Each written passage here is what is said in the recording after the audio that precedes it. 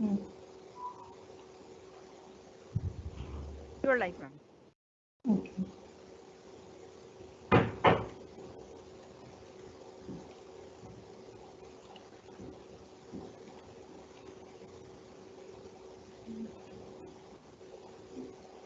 Hello everyone, I'm Dr. Nirupama Singh and I'll be talking about the skill enhancement course and the subject archives and museum. So this will be your first class, that is the introductory class. So that you guys are aware of the units and the nuances and the themes that you'll be studying for this these 10 to 9 classes. Okay. हमारा जो medium है bilingual रहेगा so that सब easily connect कर पाए और समझ पाए. Archive and museum, I hope सबको प्रेजेंटेशन दिख रहा होगा. सो SEC paper basically skill enhancement paper है जिसमें हम आर्काइव्स एंड म्यूजियम्स के बारे में पढ़ेंगे. आर्काइव्स एंड म्यूजियम दो अलग चीज़ें हैं. ऑलमोस्ट इनका काम सिमिलर है डॉक्यूमेंटेशन का, बट स्टिल इसमें बहुत सारी चेंजेस हैं और बहुत सारे नुएंसेस हैं जो हम विद इन 9 days कवर करने की कोशिश करेंगे. पहला मैं आपको क्लास का सेटअप बता देती हूँ कि अप्रॉक्सीमेटली 40 to 45 मिनट मैं लेक्चर दूँगी एंड उसके बाद हम लोग अपना पोडियम ओपन करेंगे क्वेश्चंस का. सो जो भी अटेंडीज हैं वो चैट सेक्शन में जाके they can put in their questions और जो भी उनकी क्वेरीज है in last 10 to 15 minutes will take them. ठीक है. तो ये जो अभी आप बैकग्राउंड देखेंगे नेशनल म्यूजियम का कैंपस है. नेशनल म्यूजियम का बैकग्राउंड है जो मैंने फर्स्ट पेज पे दिया है. एंड इस वाले स्लाइड में हमारा जो बैकग्राउंड है ये नेशनल आर्काइव्स का है. सो बिल्डिंग भी डिफरेंट है और इनका काम करने का तरीका भी डिफरेंट है. बेसिकली जो म्यूजियम्स का काम होता है अपना कल्चर और हेरिटेज और जितने आर्टिफैक्ट्स हैं उसको जमा करके उनको स्टडी करना, नॉलेज क्रिएशन, नॉलेज प्रमोशन, उसका काम होता है. आर्काइव्स में बेसिकली काम होता है हमारा डॉक्यूमेंट्स रखना, गैजेट्स रखना, बही खाते रखना, इस तरीके से. तो बेसिकली हमारा ये जो कोर्स है इसमें हमारी 4 यूनिट्स हैं. पहले यूनिट में will discuss the definition of archives and museum. उसका जो सेकंड यूनिट है इसमें will take the case studies. Case study हम लेंगे Indian museum of Calcutta and national museum of Delhi. These are the most prominent museums of India. ठीक है. History of the setting up of the museums, इसके बारे में हम बात करेंगे कि म्यूजियम्स की अपनी क्या हिस्ट्री थी. And then we will talk about the history of the setting up of the archives. Case study of national archives of Delhi. उसके बाद हम 4th यूनिट में पढ़ेंगे new kinds of museums and archives. Virtual museums होते हैं, digital museum होते हैं, craft museum होते हैं, मीडिया म्यूजियम्स होते हैं. एंड ये भी हम पढ़ेंगे कि म्यूजियम्स में प्रेजेंटेशंस एंड एग्जीबिशंस कैसे होते हैं. सो बेसिकली एक ब्रीफ में दे देती हूँ कि जो हमारे आर्काइव्स एंड म्यूजियम्स हैं, जो आर्काइव्स है उसको हम अभिलेखागार भी बोलते हैं हिंदी में, म्यूजियम को हम संग्रहालय बोलते हैं और इसके नाम से ही हमको इसके काम की डाइवर्सिटी का आइडिया लग जाता है. बेसिकली जो इंग्लिश टर्म्स हैं ये लैटिन और ग्रीक वर्ड से ही डिराइव किए गए हैं. नेक्स्ट क्लास में जब हम डेफिनेशन ऑफ आर्काइव या म्यूजियम के बारे में बात करेंगे तब हम इसमें एलैबोरेट करेंगे. History of the setting of, तो जो हमारा इंडियन म्यूजियम है कलकत्ता वाला, that is the oldest museum in India. It was set up by Asiatic society of Bengal. And national museum जो है ये आफ्टर इंडिपेंडेंस सेटअप किया गया था to write history from nationalist point of view. एंड उस तरीके से हमारे पास जो भी आर्टिफैक्ट्स हैं उनको प्रिजर्व करना, कंजर्व करना, वो इन म्यूजियम्स का काम है. And then there is another Chhatrapati Shivaji museum which is also a big museum और ये मुंबई में है. इसको पहले प्रिंस ऑफ वेल्स म्यूजियम बोला जाता था बट अब इसका नाम चेंज करके छत्रपति शिवाजी वास्तु संग्रहालय कर दिया गया है. So these are few of the important museums in India. अब म्यूजियम्स जो हैं बहुत वैरायटी के होते हैं. There are different types of museum. एक तो जो हमारा नेशनल म्यूजियम्स हैं, जो बड़े बड़े म्यूजियम हैं जो कॉलोनियल टाइम से चलते आ रहे हैं या जो 1940 से चलते आ रहे हैं, but they are new museums as well, जिनको एक किसी पर्टिकुलर इंसान को डेडिकेट करके किया जाता है, कम्युनिटी को या कल्चर को डेडिकेट करते हुए।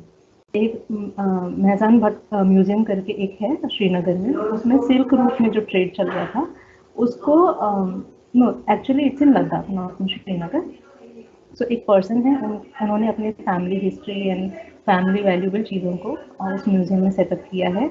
उनका जो ट्रेड रूट था उसको उन्होंने उसमें एक्सप्रेस करने की कोशिश की है। तो बेसिकली जो हमारा इंदिरा गांधी म्यूज़ियम है, सरदार वल्लभ भाई पटेल नेशनल म्यूज़ियम है या महात्मा गांधी म्यूज़ियम्स हैं, ये प्रोमिनेंट हस्तियों को ध्यान में रखते हुए, प्रोमिनेंट पीपल को, उनके कंट्रीब्यूशन को ध्यान में रखते हुए इस टाइप के म्यूज़ियम सेटअप होते हैं।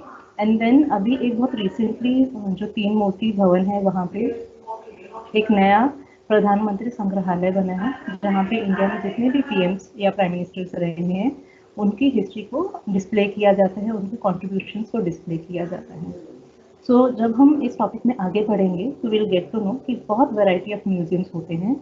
ये नेशनल हो सकते हैं, स्टेट हो सकते हैं, then there are tribal museums, there are cultural museums, there are handicraft museum, जो किसी एक पर्टिकुलर ट्रेडिंग या हैंडीक्राफ्ट कम्युनिटी को सस्टेन करने के लिए बनाया जाता है।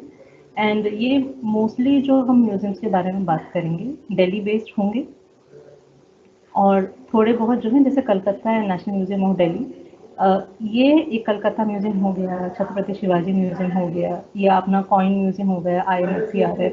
सो बेसिकली न्यूमिस्मैटिक स्टडीज़ को इम्पेटस देने के लिए वो म्यूजियम बनाते हैं। सिमिलरली जब हम आर्काइव्स में आते हैं तो यहाँ पे हम नेशनल आर्काइव्स ऑफ इंडिया की बात करेंगे।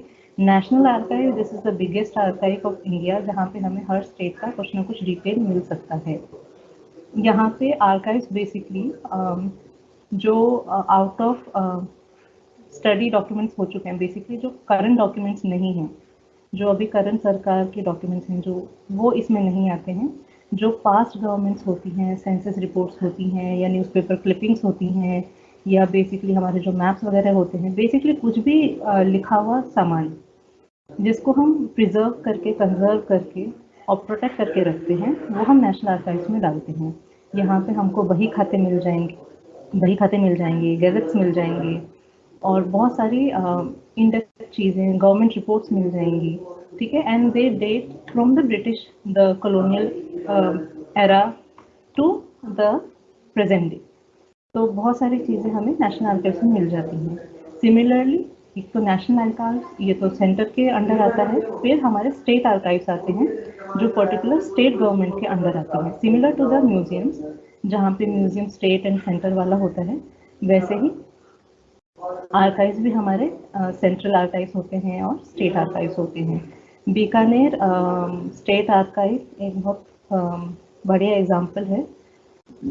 बीकानेर स्टेट आर्काइव को आजकल बहुत रिसेंटली उसको रिवैम्प किया गया है। सारे जो उसके डिजिटाइज्ड जो डॉक्यूमेंट्स, जो डॉसियर्स थे, उनको डिजिटाइज करके ऑनलाइन डाला गया है। किसान बही से लेके जो उनका ज़मीन का पट्टा है, सब चीज़ें उन लोगों ने डिजिटाइज करके ऑनलाइन डाला है। और जब हम आते हैं new kinds of museums and archives पे, तो आजकल हम ये देख रहे हैं कि बहुत सारी लाइब्रेरीज़ हैं, बहुत सारे इंस्टीट्यूट्स हैं, या बहुत सारे इंडिपेंडेंट ऑर्गेनाइजेशंस हैं जो एक वर्चुअल रियलिटी को अडॉप्ट कर रही हैं। जैसे American institute of Indian studies में, it's an institute for studying Indian art and heritage and culture. वहाँ पे they continuously organize archaeological and literary sources के ऊपर सेमिनार्स। उसी में इन लोगों ने रानी की वाव का एक वर्चुअल रियलिटी सेटअप लगाया था, जिसमें हम VR लेंसेज के थ्रू, VR ग्लासेस के थ्रू एक 3D में गुजरात का रानी की वाव को दिल्ली में बैठ के, गुड़गांव में बैठ के वर्चुअल रियलिटी के थ्रू देख सकते थे। अब वर्चुअल म्यूजियम जो हैं, मोस्टली म्यूजियम्स ने अडॉप्ट कर लिया है वर्चुअल म्यूजियम्स को। जैसे नेशनल म्यूजियम में एक अजंता गैलरी है, वहाँ पे अजंता केव्स को VR वर्चुअल रियलिटी के थ्रू या AI के थ्रू 3D रेल में दिखाया जाता है। and you can actually visit there, और minimal fees है, so I think you must visit, क्योंकि हम ये कोर्स पढ़ रहे हैं आर्काइव एंड म्यूजियम वाला, so it's better to visit all these sites. And national museum में जाने के बाद एक तो ये VR गैलरी है जिसमें देख सकते हैं, then there are digital records and small movies that they show, जिसमें रामायण को डिस्प्ले किया जाता है, और वाल्मीकि रामायण को मोस्टली वो डिस्प्ले करते हैं, एंड क्राफ्ट्स को डिस्प्ले किया जाता है. देयर आर डिफरेंट गैलरीज जहाँ पे ये सब दिखता है. हैंडीक्राफ्ट म्यूजियम एक नया टाइप का म्यूजियम है, और बहुत सारे म्यूजियम होते हैं, जैसे कि आर्म्ड फोर्सेस के लिए एक म्यूजियम सेटअप होता है. So museum setup for the armed forces of India, जैसे कि एयरफोर्स म्यूजियम जो पालम में है, नेवल एविएशन म्यूजियम है गोवा में, एंड एरोस्पेस म्यूजियम जो है हमारा बेंगलोर में है. BSF म्यूजियम हमारा अटारी वाघा बॉर्डर पे है.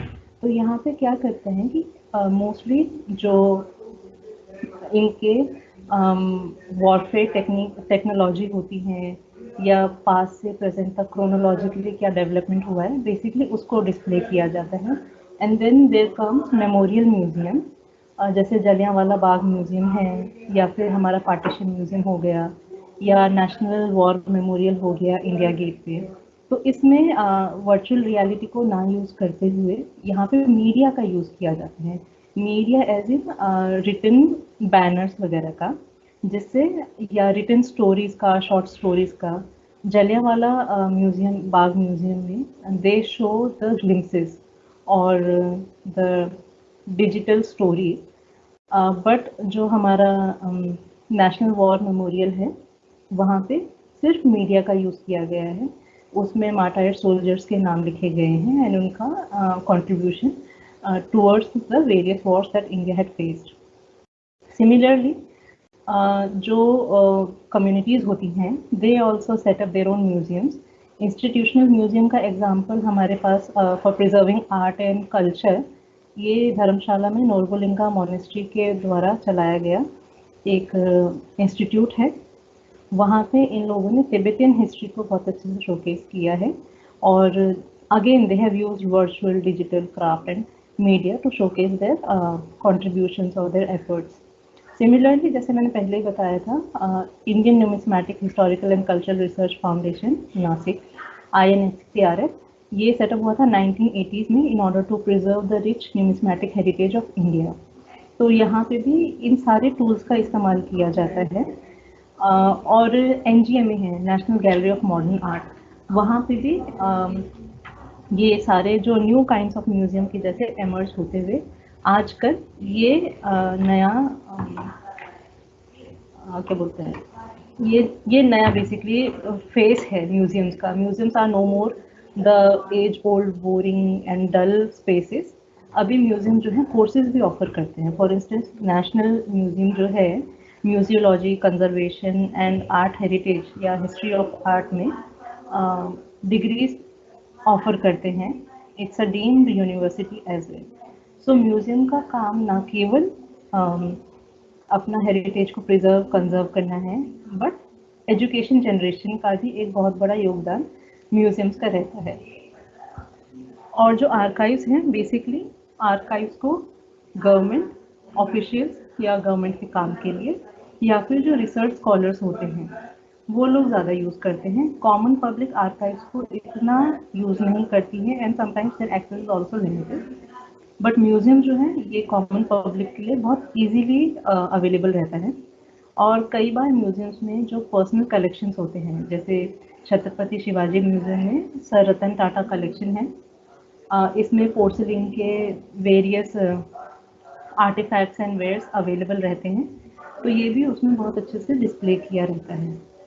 तो इसके बाद this is the breakup of the distribution of the classes.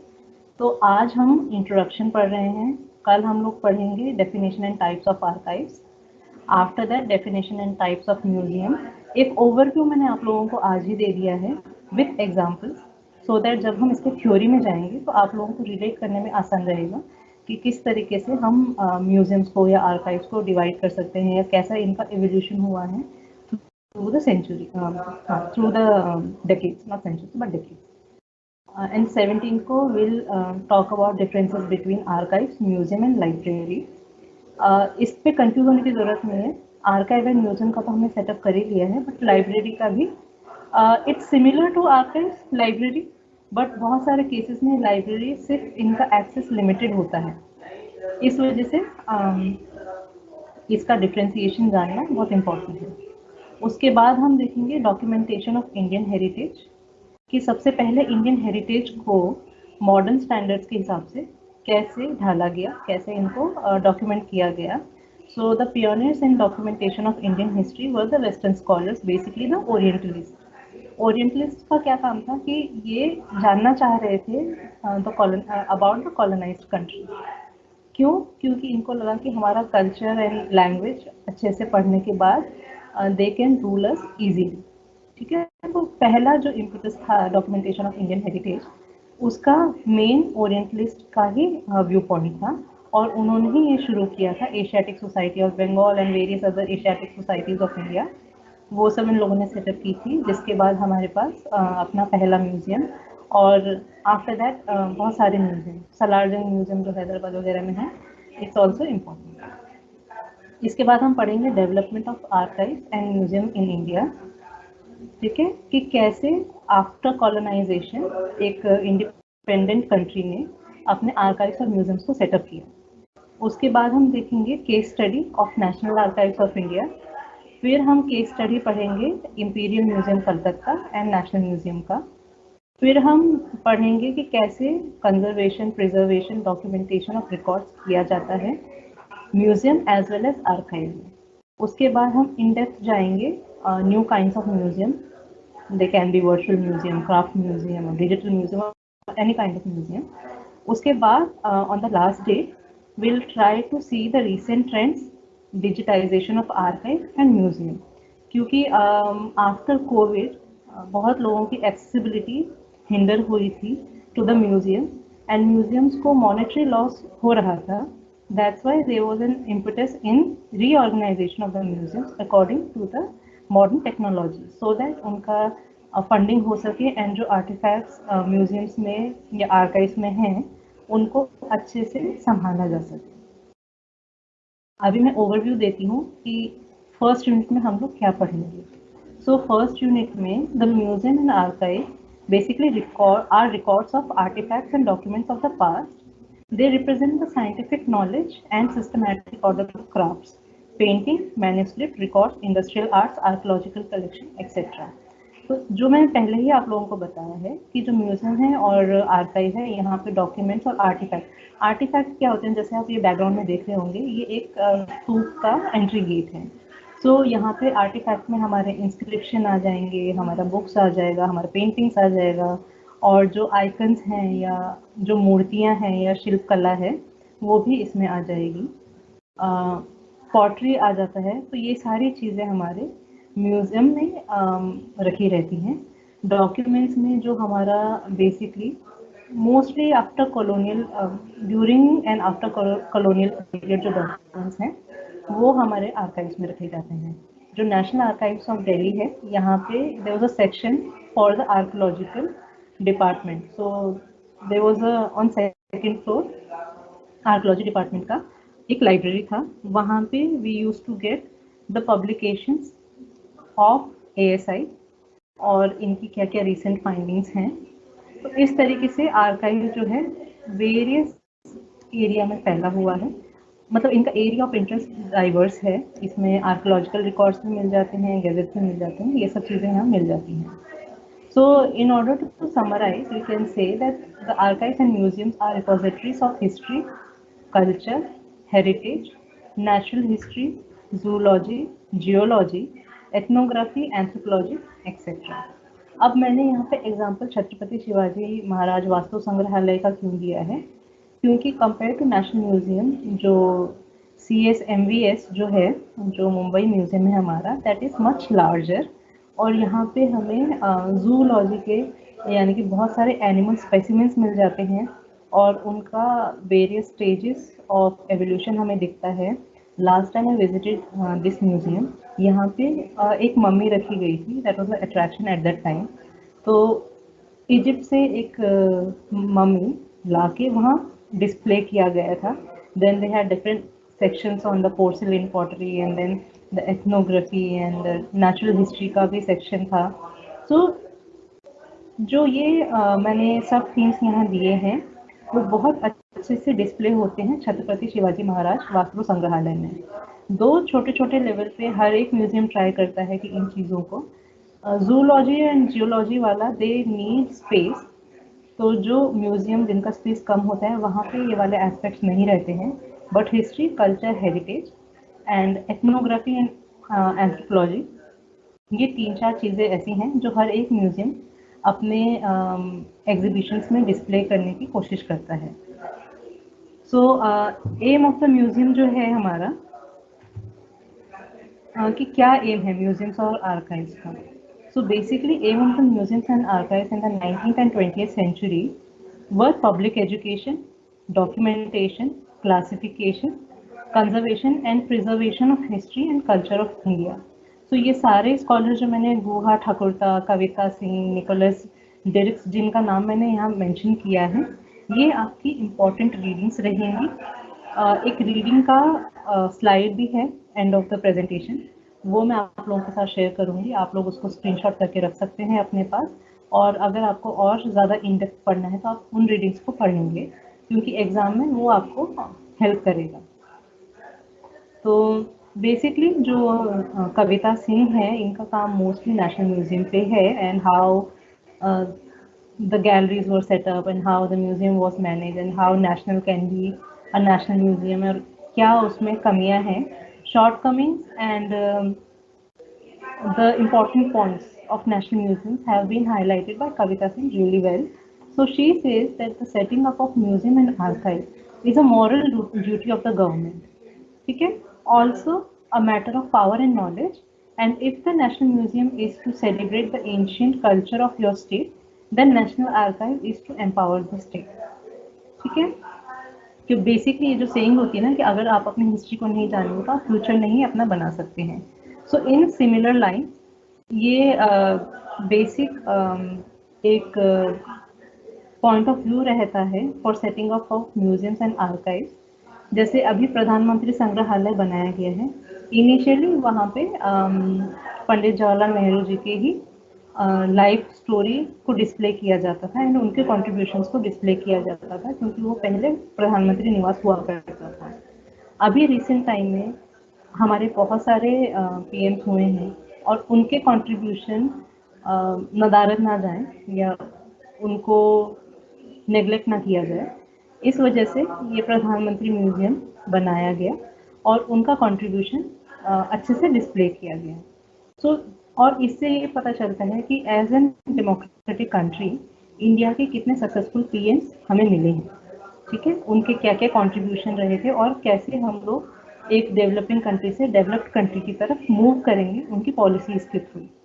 सो ये जो पॉइंट है कि हम अपना पास्ट सेलिब्रेट करते हैं थ्रू म्यूजियम्स और थ्रू आर्काइव्स हम अपने स्टेट को एम्पावर करते हैं क्योंकि हमारा आज तक का जितना भी पास्ट 75 ईयर्स जितना एंड प्रायर टू दैट जो भी हमारे डॉक्यूमेंटेशंस थे, जो भी सेंससेस थे, जो भी हमारा डेटा था, and in order to read the history and medicine also medicine of a country, हम लोगों को ये पुराने डॉक्यूमेंट्स चाहिए होते हैं कि कैसे हमारा मेडिकल सेक्टर में भी चेंजेस आए हैं.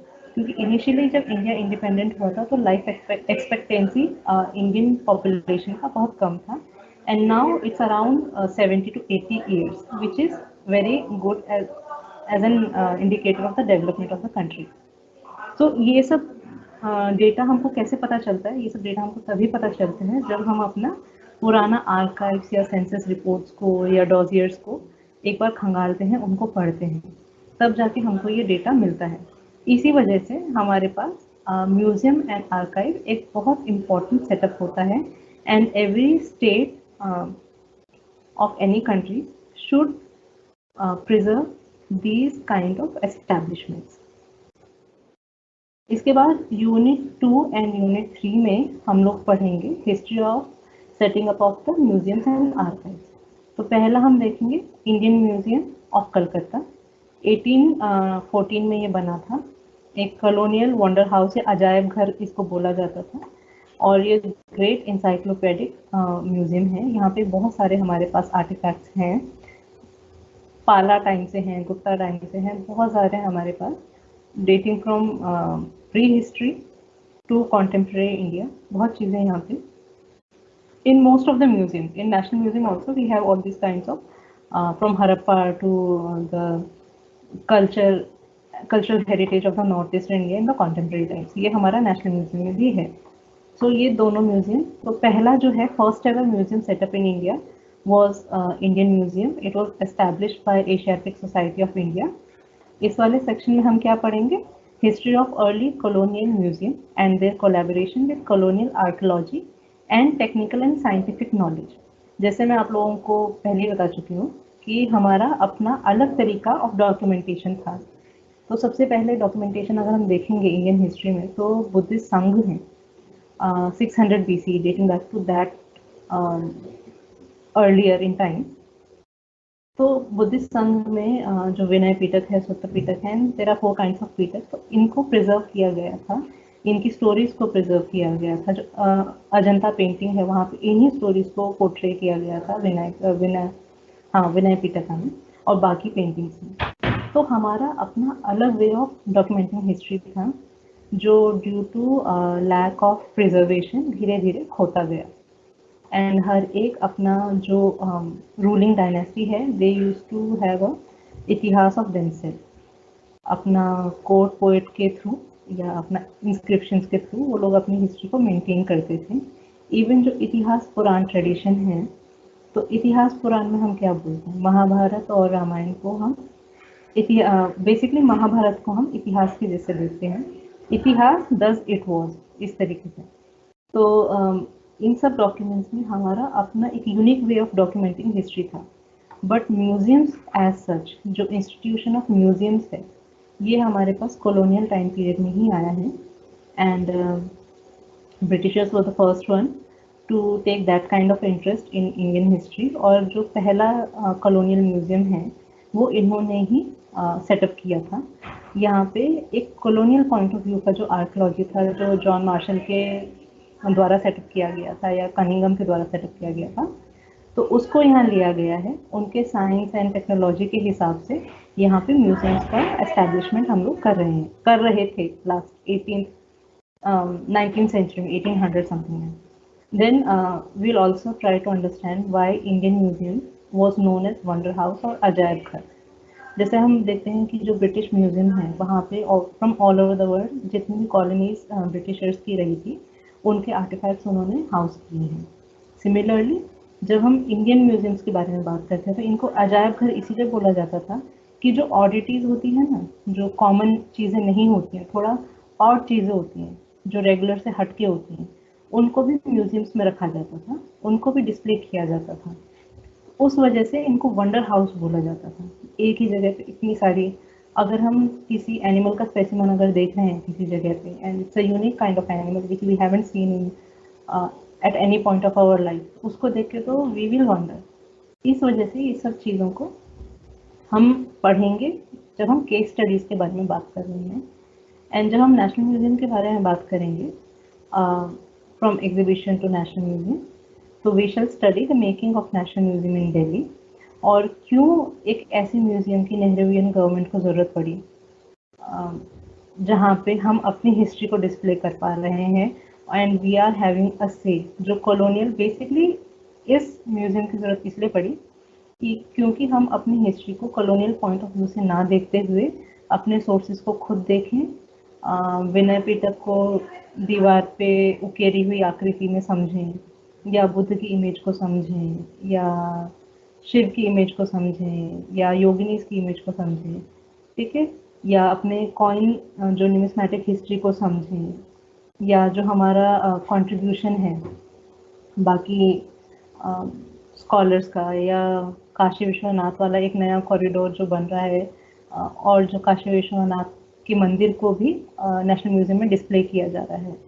तो खाली हिस्टोरिकल डेवलपमेंट्स एंड हिस्टोरिकल चीज़ों को नहीं, अभी करंट जो चीज़ें चल रही हैं, जो करंट पॉलिसीज़ बन रही हैं, या जो करंट एफर्ट लिए जा रहे हैं टुवर्ड्स प्रिजर्वेशन ऑफ हिस्ट्री, उसको भी म्यूजियम्स में डिस्प्ले किया जा रहा है।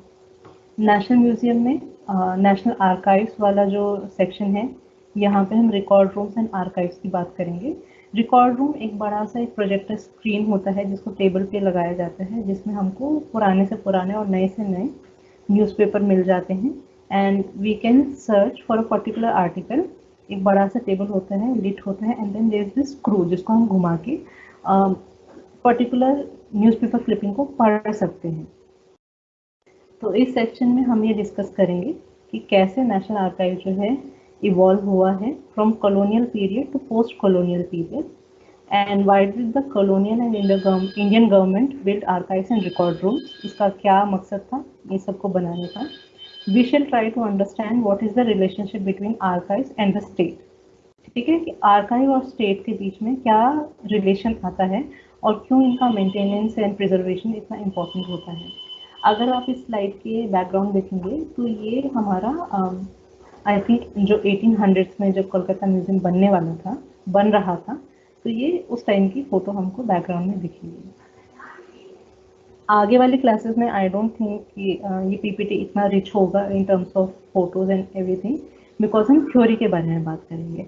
आज का क्लास सिर्फ आप लोगों का इंटरेस्ट पैदा करने के लिए है कि आप ये कोर्स पढ़ेंगे, and apart from enhancing your skills, there is a lot more that you need to study, and if you want to pursue this course any further, तो इसको आप इन डेप्थ भी पढ़ के, इसमें बहुत स्कोप है जो आप काम कर पाएँ। एंड आजकल through AI and everything, this is the new field जहाँ पे जॉब क्रिएशन हो रहा है। And in the last unit हम लोग पढ़ेंगे new kinds of museums and archives, जिसमें virtual, digital, craft and media, इसके बारे में हम बात करेंगे। और जैसे हम पहले ही डिस्कस कर चुके हैं कि every person, family and agency create records, make objects and collect artifacts. Some of these records, objects and artifacts are valuable because they represent our social reality, memory, emotion and identity. ठीक है, अगर आप partition museum कभी visit कर पाएँ, आपको दिखेगा कि कैसे उन्होंने थ्रू मेमोरी एक पूरा पार्टीशन सीन को, एगनी को, पेन को रिक्रिएट किया है। And similarly memory and emotion को यूज़ करते हुए जलियांवाला बाग में भी they have tried to recreate the social reality that the people are going through at that point of time. And then हम लोग अपनी आइडेंटिटी को समझ सकते हैं कि कैसे हम लोग आज जो है उसके पीछे क्या क्या कंट्रीब्यूशंस लगे हैं एंड क्या क्या सैक्रिफाइसेस हुए हैं। Therefore, we need to preserve and conserve these selected records and artifacts for our future generation, ठीक है, in affordable conditions.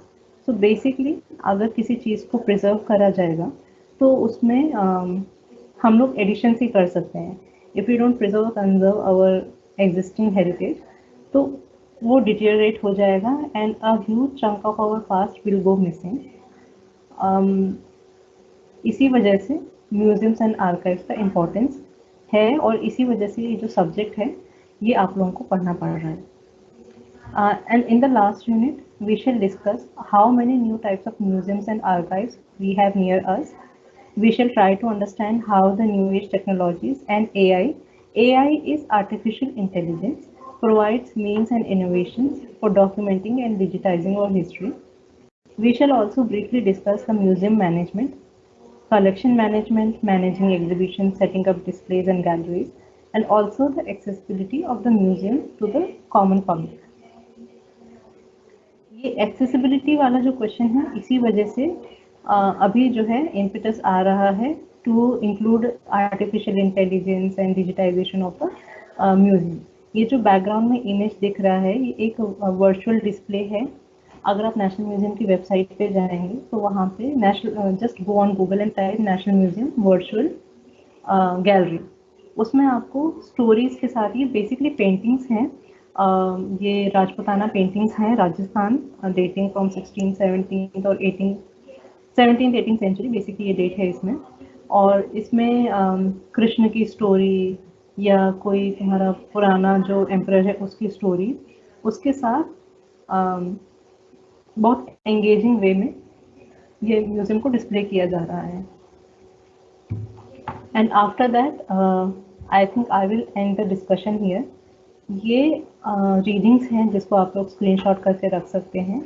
Most of the readings are on museum archives पे, conservation and restoration of archive material. ये Y P Kathpalia जो हैं इनको आप देखें। Museum के लिए कविता सिंह जो है आपका बेसिक रीडिंग हो गया, एंड ठाकुर का गुहा ठाकुर का, इसको भी आप देख सकते हैं।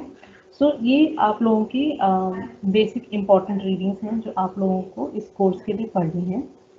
एंड एसयूएल का भी अपना स्टडी मटेरियल होता है, उसको भी आप लोग देख सकते हैं। बट इसमें से अगर कोई एक रीडिंग आप उसमें ऐड कर दें तो your answer will be rich, and जो एग्जामिनर है वो उसको देख के ही और शी विल अंडरस्टैंड कि आप लोगों ने एफर्ट दे के अपना इस कोर्स को किया है। ठीक है, now I will open the bench for this discussion. आप लोगों के कुछ भी डाउट हैं तो आप चैट बॉक्स में लिख के बता सकते हैं।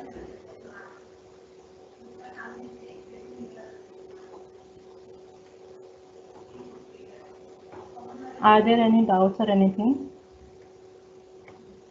जितने अटेंडीज हैं।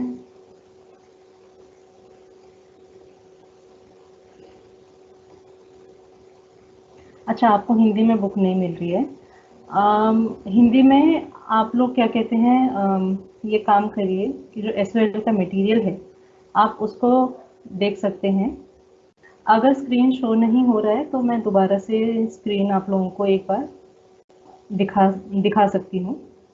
उसमें आप लोग स्क्रीनशॉट ले लीजिए या जैसे आपको कन्वीनियंट है वो देख लीजिए। हिंदी में बुक ज़्यादा अवेलेबल नहीं है। एक बुक है जो मैंने अपने रीडिंग लिस्ट में मेंशन की है, उसको आप लोग देखिए। आई थिंक अभी स्क्रीन शो हो रहा है सबको?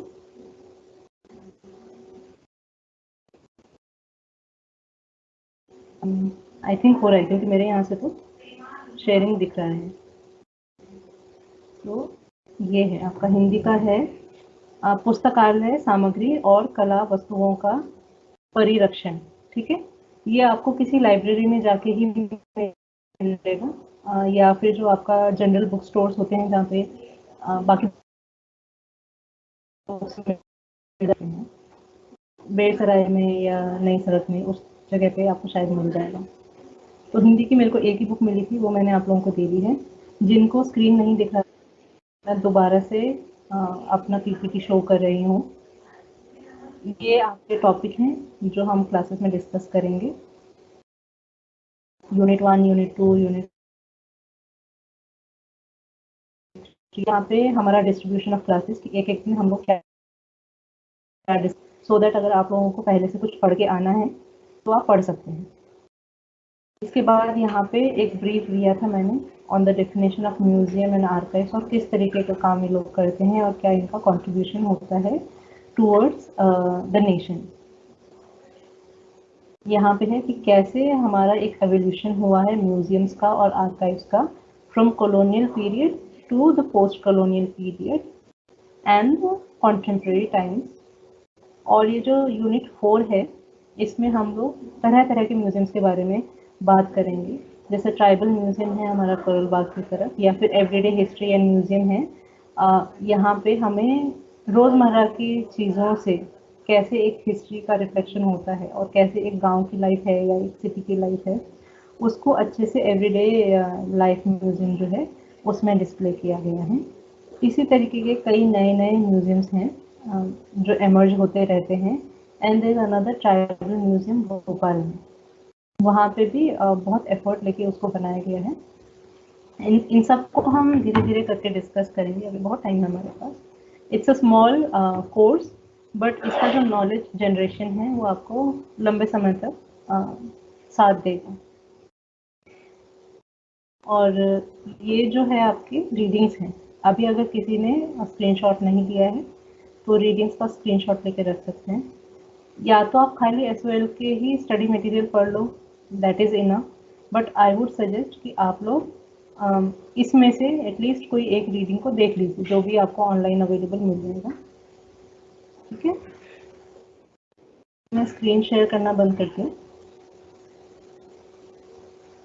और किसी के कोई क्वेश्चंस हैं?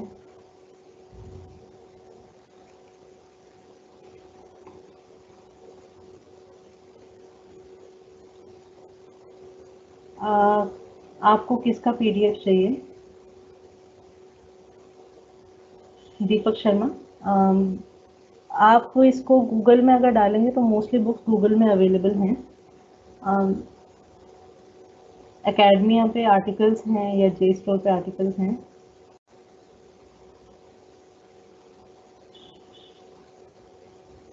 अगर आपका एसओएल में वेबसाइट पे हिंदी मीडियम का स्टडी मटेरियल अवेलेबल नहीं है तो आई वुड सजेस्ट कि आप एक बार इन पर्सन जाके कंफर्म कर लीजिए, क्योंकि वहाँ स्टडी मटेरियल मिलता है। आई थिंक मोस्ट लैंग्वेजेस में मिलता है। इंग्लिश, हिंदी ये सब तो है ही, तो आई थिंक मिल जाएगा। और कोई सवाल है आपके?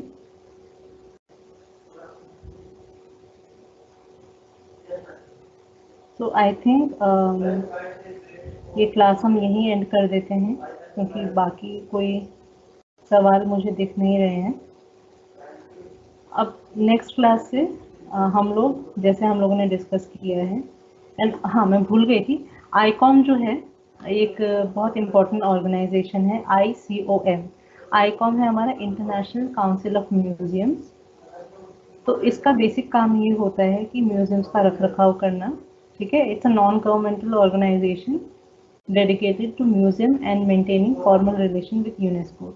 तो अगर हम किसी आर्कोलॉजिकल साइट पे जाएंगे या यूनेस्को के प्रिजर्व साइट पे जाएंगे, जैसे कि हमारा ताजमहल हो गया या रेड फोर्ट हो गया, तो ऐसी जगहों पे भी हम देखते हैं कि पर्टिकुलर उस साइट से रिलेटेड जो हिस्ट्री है उसको डिस्प्ले किया जाता है यूनेस्को वर्ल्ड हेरिटेज साइट्स में।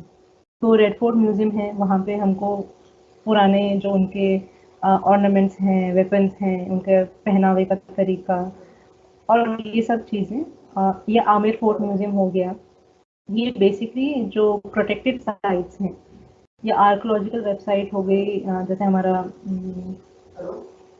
कालीबंगन हो गया या बाकी ये सब चीज़ें हो गई हैं जो हड़प्पन साइट्स हैं, या जैसे हरियाणा में एक है हड़प्पा की साइट राखीगढ़ी, तो राखीगढ़ी पे भी एक छोटा सा म्यूजियम है। ये इतने बड़े म्यूजियम नहीं होते हैं, बहुत छोटे म्यूजियम होते हैं कि जो आर्कोलॉजिकल फाइंडिंग्स के टाइम पे जो चीज़ें निकली होती हैं उनको डिस्प्ले किया जाता है, उनकी डेटिंग वगैरह को दिखाया जाता है। और फिर बहुत सारे यूनिवर्सिटीज़ होते हैं, जो स्टेट यूनिवर्सिटीज़ होते हैं या बाकी जगह के प्राइवेट इंस्टीट्यूट की भी, प्राइवेट इंस्टीट्यूशंस में तो इतना म्यूज़ियम वाला अभी तक आया डेवलप नहीं हुआ है, बट जैसे श्रीनगर म्यूज़ियम, श्रीनगर यूनिवर्सिटी हो गई, तो उनका अपना एक छोटा म्यूज़ियम है जहाँ पे उत्तराखंड में जितने भी एक्सकवेशन होते हैं उसमें से इम्पॉर्टेंट आइकन्स या डॉक्यूमेंट्स को उठा के वो अपने यूनिवर्सिटी पर्टिकुलर एरिया में उसको डिस्प्ले किया जाता है। ऐसे छोटे छोटे म्यूज़ियम्स को, क्योंकि मैं उस एरिया में काम कर रही थी तो अपने रिसर्च के दौरान मेरे को उसका पता चला, बट मोस्टली ऐसे छोटे छोटे एरिया की जो म्यूजियम्स हैं मुश्किल हो जाता है, क्योंकि ये लोग ऑनलाइन इतना इनका इफेक्ट नहीं होता है, ना इनके phone, we are not able to reach them on the phone, और their website is also outdated. तो इस तरीके से जो छोटे म्यूजियम्स है उसके बारे में हमको ज़्यादा पता नहीं चलता है, बट क्योंकि ये एक एसईसी कोर्स है तो हम सिर्फ मेजर म्यूजियम्स के बारे में ही पता करेंगे, और ये पता करेंगे कि कैसे एक नया ट्रेंड सेटअप हुआ था जब इंडिया एक कॉलोनाइज्ड कंट्री थी और उसके बाद जब इंडिपेंडेंट हुई, तो कैसे हमारे ट्रेंड चेंज हुए of writing history, of preserving history end of understanding history. तो इसमें हम खाली प्रिजर्वेशन एंड कंजर्वेशन के पॉइंट ऑफ व्यू से इस टॉपिक को पढ़ेंगे, ठीक है। अब ये मुझे नहीं पता कि पॉलिटिकल साइंस की हिंदी की क्लास का लिंक क्यों नहीं दिया है, ये आई थिंक आपको एडमिनिस्ट्रेशन से ही इसका अच्छा जवाब मिल पाएगा। मैं खाली इस कोर्स से रिलेटेड चीज़ों का ही आपको बता सकती हूँ। हाँ, आपको PDF मिल जाएगा। archive.org है, libgen है, ये सारी ऐसी साइट्स हैं जहाँ पे आपको मोस्टली बुक्स मिल जाती हैं। तो आई डोंट थिंक कि आपको कोई इशू होना चाहिए इन बुक्स को ढूंढने में, ठीक है। एंड टाइम तो is almost up, it's almost 12:30 now, so I think I will end the class. अगर आपके कुछ डाउट हैं तो आप दोबारा से 21 अटेंडीज हैं आई थिंक, तो जितने भी अटेंडीज हैं, अगर आपका और कोई सवाल है तो आप पूछ सकते हैं इन लास्ट 3 to 4 मिनट्स में। And after that around 12:30 I will switch off the lecture.